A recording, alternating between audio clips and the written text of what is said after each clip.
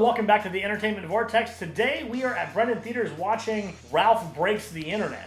We went back a couple weeks to watch this movie late because it came out on a holiday, so we wanted to make sure we got a chance to give you guys our opinion on it. I enjoyed this movie, but with that being said, there was actually quite a few pieces of this movie that weren't as good as I thought they could have been. The original characters, Ralph and Vanellope, are fantastic. They're well fleshed out, they're interesting, they're multi-dimensional, they have good motivations, etc. The new characters they added, Shank and the character named Yes, the algorithm, those characters just didn't do it for me. They were one-dimensional, they were simple, and when you put them next to the characters from the first movie, where all of them were well fleshed out and interesting, I just got bored with them. They didn't really add enough. With that being said, there were touching moments with Ralph and Vanellope and with some of the characters from the first movie, because a lot of them have either appearances or they have a point in the new movie, but because of that, I didn't really get as involved and as emotionally involved in this movie as I did the first movie. Now, with that being said, the story, at least for the first half, it's kind of all over the place. They're trying really, really hard to be meta and make these jokes about the internet and still be hip and cool at the same time. You know, name-dropping services and then making up their own services that are supposed to be, I'm assuming, a joke on other services. It just gets kind of overwhelming, and even as someone that's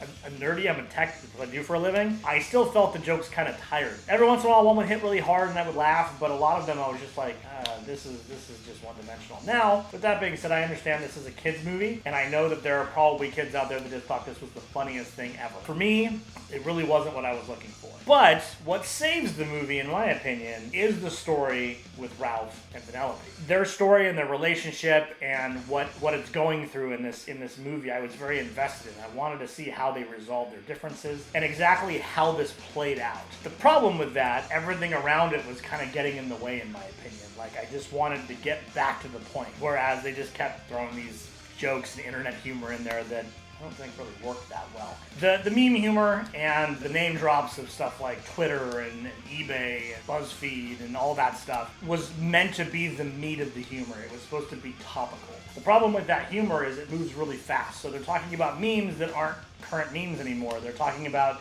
generalities that really aren't now anymore. So that takes a little bit away from the jokes. I can't really go into too much detail because I don't want to ruin any of the moments in case it's something that you might enjoy. I did enjoy seeing all the princesses again. The princesses are in this, and all of the ones that are still alive, the voice actresses did revise their role, which I thought was really cool. It was neat seeing them all again, and they had some tongue-in-cheek humor about the princesses themselves and what it means to be a princess, and that was pretty funny. Overall, this movie was good, but the first movie was great.